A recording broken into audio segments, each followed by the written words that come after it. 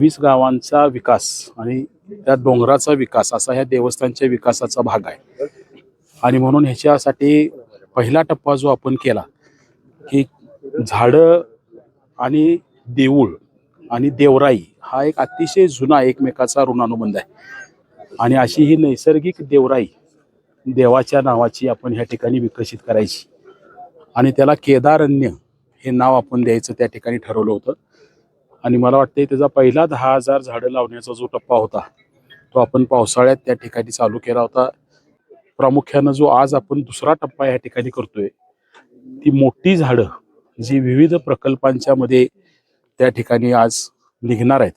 तर ही सगळी झाडं प्रामुख्यानं आपल्याला इथं आणता येतील का आणि पर्यावरणीय पुनर्जीवन हा एक केदारण्य प्रकल्प 2चा भाग आपल्याला करता येईल का असा एक अतिशय मोठा प्रयत्न आपण आज या ठिकाणी साकारायचा प्रयत्न करतोय. तुम्हाला ही जी तैलचित्र या ठिकाणी लावलेली आहेत यामध्ये हा जुन्या पायवाटा कोल्हापूरवरनं जी ज्योतिबाला येणारी ही पायवाटायच्या पायवाटेवर आपण आता उभा राहिलोय जी कुशिऱ्यापासून ज्योतिबापर्यंत जाणार आहे. याची पहिली प्रशासकीय मान्यता आता 22 कोटी रुपयांची झाली.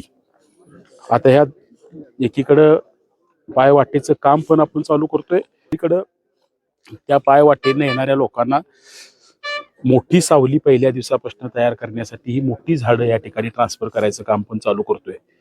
त्यातल्या काही झाडांचं प्रत्यक्ष प्रात्यक्षिक आज तुम्हाला या ठिकाणी बघायला मिळते.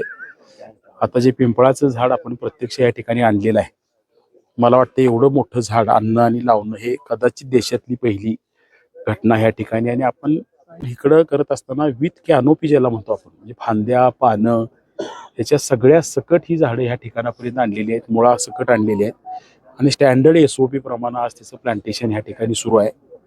आणि मला आनंद होतोय की ही एक ज्योतिबाची पूर्वीच्या काळात जी देवराई जशी होती मंदिराच्या विकासाबरोबर मंदिराच्या दुरुस्तीचं आणि मंदिर परिसराचं सुद्धा मला वाटते 43-44 कोटीचं टेंडर आपलं आता फायनल झालं. जे टेंडर निघालं टेंडर ओपनही झालं. आता हे 22 कोटीचं काम त्या ठिकाणी ओपन झाले. 260 कोटीचा जो पहिला आराखडा आहे त्याचीही कामं आता सुरू झालेली आहेत. पण एकीकडे शाश्वत विकासाबरोबर जे पूर्वीचं नैसर्गिक आध्यात्मिक सानिध्याचं जे वैभव आहे ते सुद्धा एकत्रित विकसित करायचं असा हा वेगळा पायंडा किंवा वेगळा प्रकल्प आपल्या ह्या दक्षिण काठी किंवा दक्षिण केदार या आपल्या देवस्थानाच्या माध्यमातून आपल्याला करायला मिळतो याचा आनंद आहे.